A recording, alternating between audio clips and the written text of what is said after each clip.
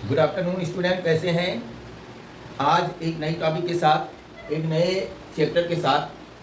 Topic है sexual reproduction in flowering plant. बहुत ही interesting topic है, बहुत ही इंपॉर्टेंट टॉपिक है। एग्जाम के पॉइंट ऑफ व्यू से देखा जाए तो बहुत ही इंपॉर्टेंट टॉपिक है। तो आज हम डिस्कस करने वाले हैं इसके बारे में, sexual reproduction in flowering plant के बारे में डिस्कशन करने वाले हैं।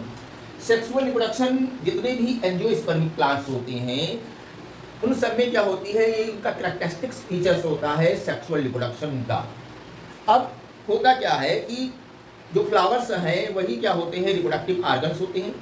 इसमें दो तरह के, एक जो होते हैं एसेसरी होल्स होते हैं जो वेजिटेटिव कैरेक्टर को कंट्रोल करते हैं, दूसरे जो होते हैं आपके रिप्रोडक्टिव होल्स होते हैं, वो रिप्रोडक्शन को क्या करते हैं, कंट्रोल करते हैं, एक नए फ्लावरिंग प्लांट का डेवलपमेंट करते हैं। तो जो टॉपिक है वो हमारी टॉपिक ये है sexual reproduction in flowering plant, और इसमें है पहली topic pre fertilisation. Pre fertilisation structures and event. Structures and event. Pre fertilisation structure and event, इसके बारे में हमें आज डिस्कशन करना है। तो एक्चुअल में जो प्री फर्टिलाइजेशन के स्ट्रक्चर और इवेंट हैं, इसमें होता क्या है कि जो प्लांट में हार्मोन्स होते हैं और स्ट्रक्चरल चेंज जो होते हैं रिस्पॉन्सिबल होते हैं डिफरेंशिएशन के लिए, और डिफरेंशिएशन के बाद होता क्या है कि फ्लावर प्रिमोर्डिया का डेवलपमेंट हो जाता है। तो यहाँ पर ये मेंशन कर सकते हैं कि several hormonal and structural changes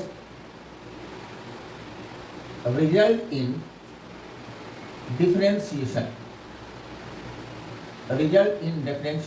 and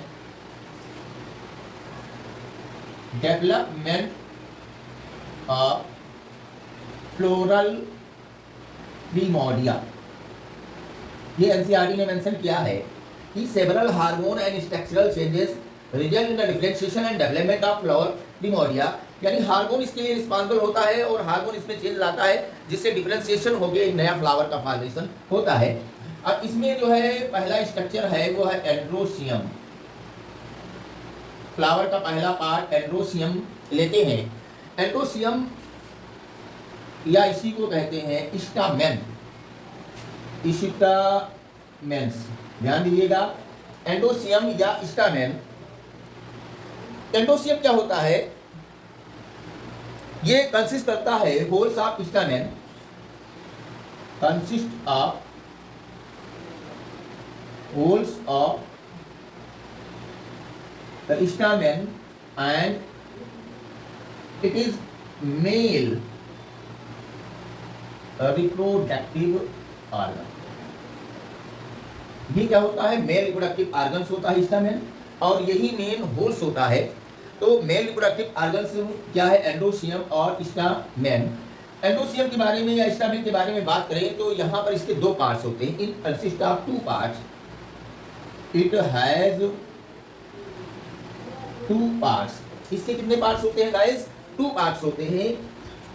एक पार्ट्स होता है जिसको कहते हैं फिलामेंट, ध्यान दीजिएगा यहाँ पर, और दूसरा पार्ट जो टर्मिनल होता है उसको कहते हैं anther.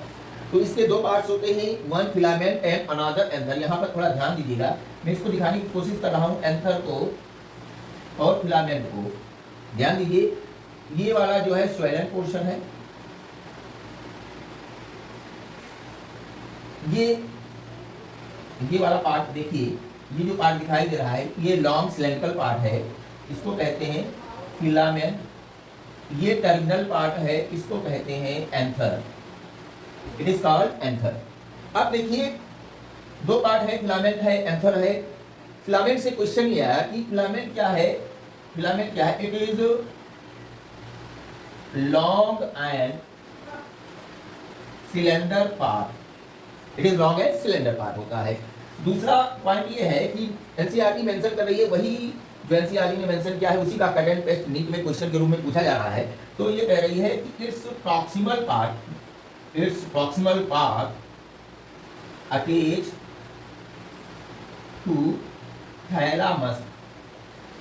Its proximal part attached to thalamus or petal of flower.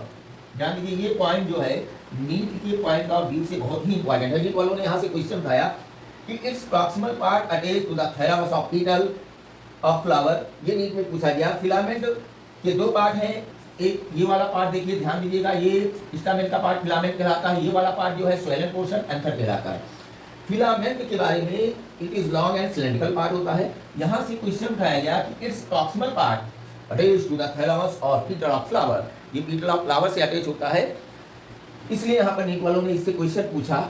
उसके बाद देखिए एंथर, एंथर क्या होता है, यहाँ पर ध्यान दीजिए, ये वाला पोर्शन में दिखाने की कोशिश कर रहा हूँ। ये वाला पोर्शन क्या कहलाता है, एंथर। एंथर कैसा होता है, टर्मिनल होता है। एंथर क्या होता है, टर्मिनल। तो यहाँ पर थोड़ा मैं एंथर के बारे में मेंशन करने की कोशिश कर रहा हूँ कि एंथर क्या होता है, terminal, terminal parts and typically, ध्यान दीजिए, टिपिकली कंसिस्ट ऑफ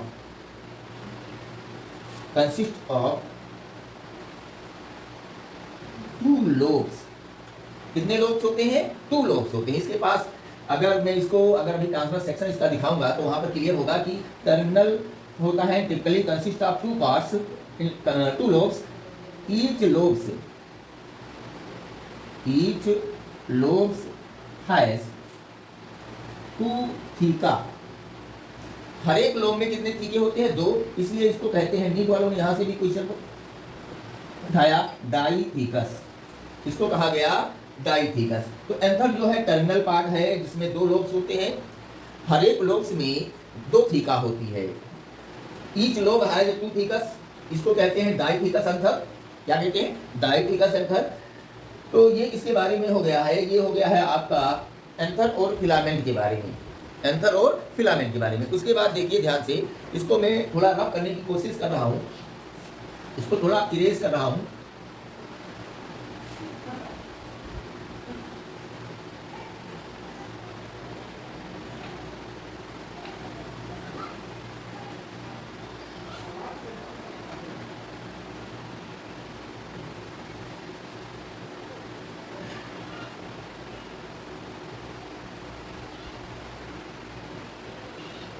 देखिए यहाँ पर ये थोड़ा सा इरेज हो गया। अब देखिए यहाँ पर लेते हैं एक important transverse section of anther. अगर एंथर को कट किया जाए, एंथर को कट किया जाए, तो एंथर को जब कट किया जाएगा, यानी इस पोर्शन को यहाँ से कट किया जाए तो कुछ इस तरह से दिखता है। ध्यान दीजिएगा, ये कुछ इस तरह से,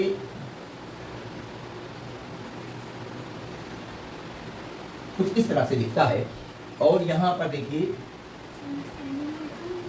ये हो गए इसके दो लोब्स इसके हो गए। Each lobe has two theca, ये दो थीका हो गए, यानी यहाँ पर 1 2 3 4 स्ट्रक्चर दिखाई दे रहे हैं। मतलब यहाँ कह सकते हैं कि जो एंथर है, एंथर इज टेट्रागोनल। कैसा होता है, टेट्रागोनल। 1 2 3 4 टेट्रागोनल स्ट्रक्चर से होता है, tetragonal structure. Anther is tetragonal structure, anther is tetragonal structure. 1 2 3 4, ठीक है। अब नेक्स्ट पॉइंट, इस लोब में देखिए ये 2 3 4, तो each lobe consist of 2 microsporangia. हर एक लोब में कितनी माइक्रो स्पोरेंजिया होती है, 2 माइक्रो स्पोरेंजिया। तो इस तरह से कह सकते हैं, हैंस डाईथीकस एंथर इज टेट्रास्पोरेंजिएट।